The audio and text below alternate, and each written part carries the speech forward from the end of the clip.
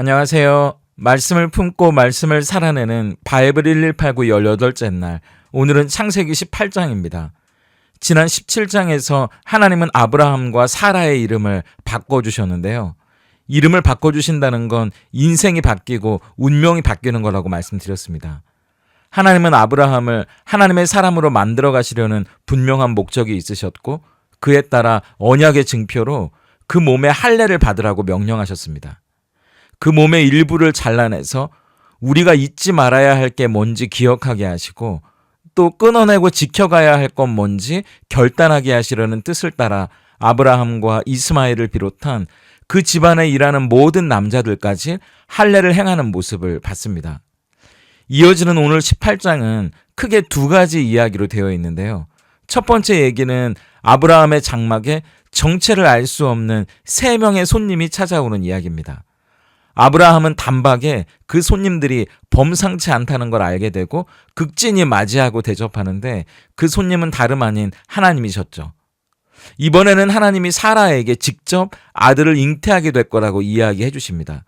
그때 사라도 아브라함처럼 웃어 넘기려고 하는데, 하나님은 그것이 진짜라고 다시 한번 약속을 강조해 주십니다.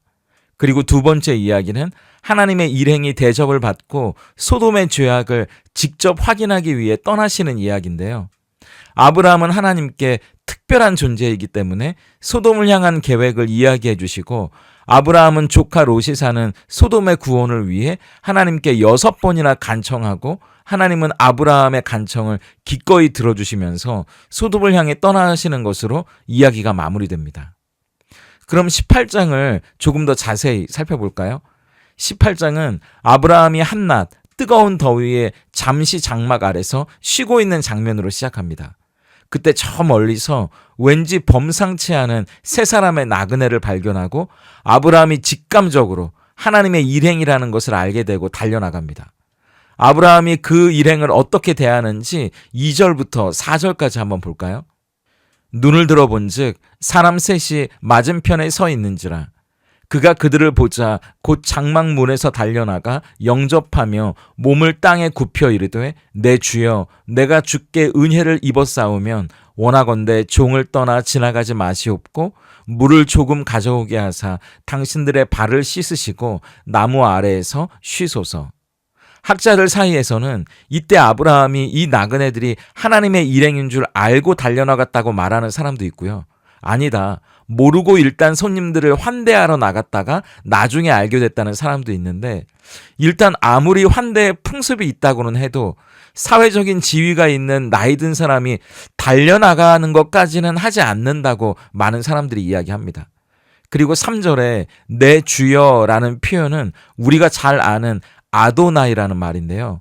구약 성경에서 이 아도나이는 하나님을 가리키는 독특한 표현이거든요.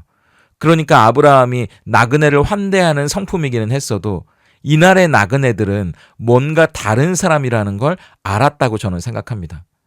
그렇다면 우리는 여기서 하나님을 대하는 태도는 삶으로 나타나야 한다는 걸 알게 되는 거죠. 하나님은 영이셔서 눈에 보이지 않기 때문에 우리는 종종 하나님을 어떻게 대하고 있는지 스스로 잘 모를 때가 있는 것 같아요. 저부터도 하나님과 대화하고 하나님이 하나님이라고 생각에 머물 뿐이지, 하나님을 대하는 제 마음의 태도가 삶에서 어떻게 나타나고 있는지 깜빡깜빡할 때가 많이 있기 때문입니다. 아브라함이 하나님의 일행을 어떻게 대하는지 보면 굉장히 구체적이거든요. 첫째, 물을 가져와서 발을 씻깁니다. 둘째, 고운 가루를 가져다가 반죽해서 떡을 만드는데요. 이 당시에 고운 가루로 만든 떡은 정말 특별한 행사 때나 내놓는 음식이었대요. 셋째, 가축이 있는 곳으로 가서 가장 기름지고 좋은 송아지를 잡는데 그야말로 최상의 대우를 하는 겁니다. 그리고 8절을 세번역으로 보세요. 아브라함이 엉긴 젖과 우유와 하인이 만든 송아지 요리를 나그네들 앞에 차려놓았다. 그들이 나무 아래서 먹는 동안에 아브라함은 서서 시중을 들었다. 되돌아 기억해 보세요. 이제 아브라함은 이름 없는 총구석의 아저씨가 아닙니다. 어느새 많은 식솔들을 거느린 큰 부자가 되어 있고요. 얼마 전에는 남쪽 나라 연합군도 이기지 못했던 북쪽의 연합군까지 이기고 돌아와서 왕들에게 융숭한 대접을 받은 유명한 사람이 아브라함이거든요. 그런데 그 아브라함이 지금 안절부절 서서 이 나그네들의 시중을 들고 있다는 겁니다. 저는 보면서 제 삶에 찾아온 예수님을 어떻게 대하고 있는지 솔직히 돌아보게 되더라고요. 오히려 예수님을 세워놓고 저 지금 바쁘거든요. 잠시만요. 예수님, 제가 지금 마음이 힘들어요. 예수님이 들려주시려는 말도 제 감정과 기분 때문에 듣지 않으려는 사춘기 소년처럼 굴지는 않았는지 제가 부끄러워지더라고요. 사장, 회장, 의사, 검사, 목사, 장로, 부자, 우리의 사회적 지위와 체면, 내가 가지고 있는 것이 하나님 앞에 뭐가 중요하겠어요. 그 앞에 달려나가 머리를 조아리고 최선의 대접을 드리고 곁에 서서 시중을 드리는 건 우리여야지 하나님이 돼서는 안 된다는 겁니다. 과연 우리는 하나님을 우리 마음의 주인으로 인정하고 삶에서 그렇게 그분의 음성을 듣고 그분과의 시간을 떼어놓고 그분 곁에 서서 시중을 들고 있는지 세상에서 한 주가 시작되는 월요일 한번 돌아봐야 하지 않을까 싶어지는 겁니다. 그리고 하나님을 대하는 마음의 태도가 우리 삶에 어떻게 나타나야 할지 중요한 포인트를 하나 짚어주는데요. 하나님의 일행이 갑자기 여주인 사라를 찾는 겁니다. 남녀가 유별하니까 장막 안에 앉아있는 사라에게 내년 이맘때쯤 아들이 있을 거라고 이야기해 주거든요. 그러자 사라가 어떻게 반응하는지 보세요. 12절입니다. 사라가 속으로 웃고 이르되 내가 노쇠하였고 내 주인도 늙었으니 내게 무슨 즐거움이 있으리요. 그러자 13절, 이제 나그네라고 하지 않고 아예 주어가 하나님으로 나옵니다. 여호와께서 아브라함에게 이르시되 사라가 왜 웃으며 이르기를 내가 늙었거늘 어떻게 아들을 낳으리오 하느냐. 14절 보세요. 여호와께 능하지 못한 일이 있겠느냐. 여호와께 능하지 못한 일이 있겠느냐. 기한이 이를 때 내가 내게로 돌아오리니 사라에게 아들이 있으리라. 하나님을 대하는 우리 삶의 태도가 어때야 할까요? 이번 한 주 하나님께 능하지 못한 일은 없습니다가 되어야 한다는 겁니다. 하나님이 우리 삶에 어떤 계획을 가지고 어떻게 우리를 인도하실지 아무도 모르는 거예요. 하나님은 전능하신 분이니까요. 우리 생각의 틀로 그분의 계획을 미리 판단하고 웃어 넘기지 마시길 바랍니다. 내 생각에는 이라고 제안하지 마세요. 나에게 더 이상은 즐거움이 없다고 미리 판단을 내리지 마세요. 하나님을 대하는 우리의 태도가 우리의 삶 가운데 행하실 하나님의 놀라운 계획을 신뢰하고 그게 뭔지는 모르지만 그 뜻을 이루어드리는 믿음으로 한 걸음 한 걸음 순종하며 나아가는 삶으로 나타날 수 있기를 소망합니다.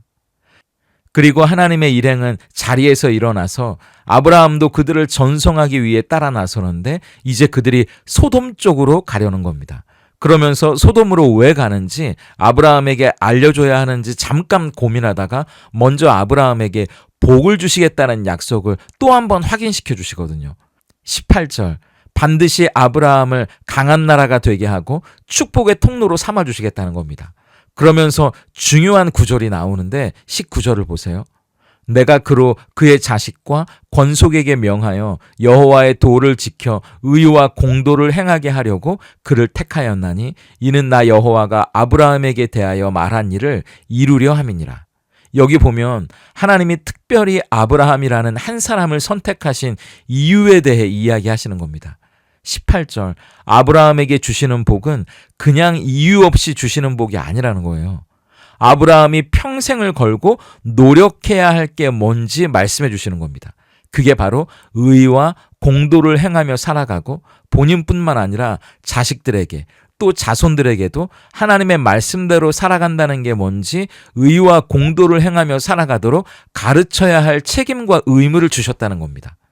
여기서 우리는 구체적으로 하나님의 사람은 정의와 공의를 실천하며 살아가야 한다는 걸 알게 되는 거예요.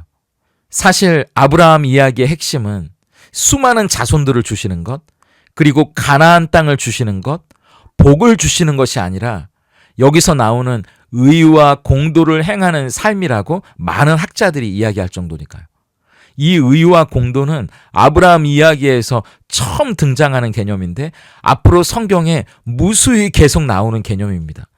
히브리어로는 정의와 공의 똑같이 츠다카와 미슈파트 짝으로 나옵니다.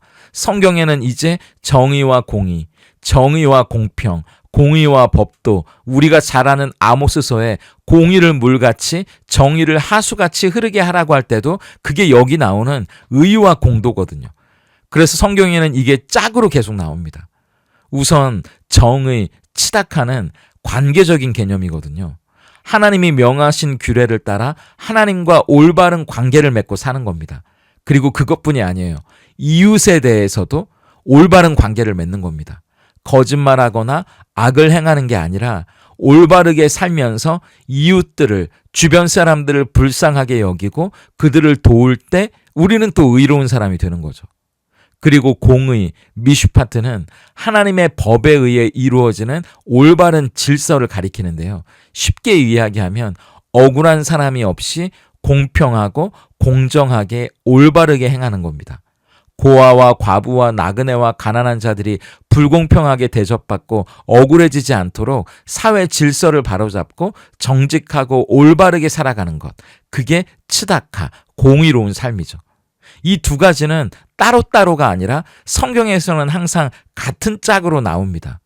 하나님과 올바른 관계를 맺는 사람들은 주변의 이웃들도 불쌍히 여기고 돕는 정의로운 사람이면서 동시에 사회 속에서도 억울한 사람들을 돌아보고 불공평하고 불공정한 질서 가운데 우리만큼은 정직하고 올바르게 살아가면서 동시에 그런 질서를 올바르게 바로잡기 위해 노력하는 사람들이어야 한다는 겁니다. 아브라함이 그렇게 살아갈 때 하나님은 아브라함을 통해 이 세상에 은혜가 흘러가게 하시고 하나님의 복이 흘러가게 하신다는 거예요. 그게 원리라는 겁니다. 아브라함이 정의롭게 살지도 않고 공의롭게 살지도 않는데 축복의 통로가 될 수는 없는 거예요. 그렇기 때문에 구약학자들은 창세기에 나오는 이 아브라함 이야기에서 잊지 말아야 할 핵심이 바로 이 18장 19절이라고 이야기하는 겁니다. 다시 한번 우리가 축복의 통로로 쓰임받는 원리를 기억하세요. 우리가 하나님과 올바른 관계를 맺고 주변의 이웃들을 불쌍히 여기고 돕는 정의로운 삶을 살려고 노력할 때 불공평하고 불공정한 세상 속에서 용기 있게 억울한 사람이 생기지 않도록 그 불공평하고 불공정한 질서를 바로잡기 위해 노력하고 또 우리만큼은 손해를 보더라도 정직하고 올바르게 살아갈 때 그런 사람을 통해 하나님의 나라가 이 땅에 임하는 겁니다. 그런 사람을 통해 하나님의 복이 세상에 흘러가는 거죠. 저도 여러분도 정의롭고 공의롭게 진짜 축복의 통로로 살아갈 수 있으면 참 좋겠습니다. 그리고 마지막으로 우리는 하나님의 사람이잖아요. 하나님의 사람은 영적인 사람입니다. 영적인 것은 영적으로 풀어가는 거죠. 정의와 공의를 실천하는 것도 중요하지만 잊지 말아야 할 것이 있는데 그게 바로 한 영혼을 소중히 여기는 사랑의 기도라는 겁니다. 소돔의 죄악을 둘러보러 가는 하나님 일행을 보면서 아브라함이 뭔가 심판이 있을 거라고 느껴지니까 맞습니다. 거기는 공의로 심판하셔야 됩니다. 시원하게 하나님의 공의를 보여주십시오. 그렇게 말하지 않았다는 거예요. 무려 6번이나 하나님께 부탁하는 겁니다. 하나님, 어찌 악을 쓸어버리겠다고 의인까지 함께 심판하시려고 합니까? 의인 50명이 있으면 용서해 주십시오. 그러니까 하나님이 그래 알았다. 그러니까 아브라함이 또 묻는 거죠. 아니 45명이면 그래 알았다. 아니 40명이면 40명? 그래 됐지. 하나님 죄송한데 30명이면 그래 30명? 좋다. 하나님 정말 죄송한데 20명은 안 되겠습니까? 그래 20명. 하나님 잠깐만요. 10명이면 안 되겠습니까? 그래 10명만 있어도 내가 용서하고 그들을 멸하지 않겠다. 그러시는 거잖아요. 6번이나 왔다 갔다 하나님의 바지가랑이를 붙들면서 그 도시를 살려달라고 구원해달라고 요청하는 아브라함입니다. 32절을 보세요. 아브라함이 또 이르되 주는 노하지 마옵소서. 내가 이번만 더 아뢰리이다. 거기서 10명을 찾으시면 어찌하려 하시나이까. 이르시되 내가 10명으로 말미암아 멸하지 아니하리라. 저는 보면서 아브라함이 참 많이 성장하고 성숙해졌구나 그런 마음이 드는 거예요. 사촌 롯만 살리려는 게 아니고요. 진심으로 그 도시를 살리려고 하는구나. 의로운 사람을 사랑하는 게 느껴지면서 끈질기게 하나님께 영적으로 매달리고 영적으로 풀어가려는 노력들을 보게 되는 거잖아요. 오늘 우리의 기도가 필요한 곳이 어디일까요? 오늘 우리를 이 말씀 앞에 서게 하시는 이유가 분명히 있다고 생각하지 않으세요? 영적으로 힘들어하는 분들, 육체적으로 병약한 분들, 우리의 도움이 필요한 분들, 얼마나 많은 분들이 우리의 기도를 기다리고 있을까요?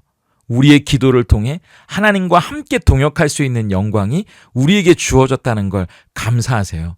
우리의 기도가 누군가를 돕고 살리는 가장 큰 힘이 된다는 사실도 잊지 마세요. 그래서 우리의 기도로 무릎 꿇고 하나님의 놀라운 은혜를 우리의 기도가 필요한 그 사람들 가운데 흘려보내는 사람들이 우리 기도의 사람들이 되면 좋겠습니다. 오늘 바이블 1189 적용입니다. 하나님을 대하는 태도가 우리 삶에서 어떻게 나타나야 할까요? 인간관계, 언어 생활, 직장과 가정에서 나와 함께 하시는 하나님을 우리가 어떻게 대하고 주인으로 모셔가야 할지 생각하고 실천할 수 있으면 좋겠습니다. 둘째, 하나님은 우리를 정의와 공의를 실천하며 살아가도록 부르셨습니다. 우리가 하나님과 올바른 관계를 맺고 살아가고 있는지 한번 돌아보세요. 그리고 우리의 이웃, 주변 사람들을 긍휼히 여기면서 억울한 사람들을 돌아보는 일들을 어떻게 실천할 수 있을지도 생각해 보면 좋겠습니다. 셋째, 우리의 기도에는 능력이 있어요. 기도로 사람을, 도시를, 나라를 살릴 수 있습니다. 지금 그렇다면 우리의 기도가 필요한 곳은 어디일까요? 우리에게 기도하게 하시는 그 상황, 우리에게 기도하게 하시는 그 사람을 위해 구체적으로 우리의 기도를 실천해 보면 좋겠습니다. 함께 기도하겠습니다. 오늘도 우리의 삶에 찾아오시는 하나님, 아니 우리의 주인이신 하나님을 어떻게 맞이하고 섬겨야 할지 생각해 봅니다. 하나님, 우리의 주인이시오니 곁에 서서 하나님의 뜻을 시중들며 따르는 착하고 충성된 종이 우리이기를 소망합니다. 우리의 뜻이 아니라 하나님의 뜻이 이루어지기를 소망하며 내 생각과 판단을 내려놓고 하나님이 행하신다면 능치 못함이 없음을 온전히 신뢰하게 하시옵소서. 폐역하고 악해져가는 어두운 세상 속에 정의와 공의를 실천하는 사람으로 우리를 부르셨음도 기억합니다. 하나님과 올바른 관계 안에 살게 하시고 우리 주변에 두신 사람들과의 관계 속에서 그들을 불쌍히 여기고 돌아보며 억울하게 고통받는 사람이 없도록 모든 불공평과 불공정을 바로잡는 용기 있는 사람으로 살게 하시옵소서. 그 모든 일에 사랑의 기도를 더하게 하셔서 인간적인 우리의 노력에 앞서 하나님의 마음을 헤아리며 하나님의 뜻을 분별하고 은혜로 풀어가야 할 것은 은혜로 풀고 영적인 것은 영적으로 풀어갈 수 있는 하나님의 사람들로 살아가는 이 한 주간 되게 해 주시옵소서. 예수님의 이름으로 기도드립니다.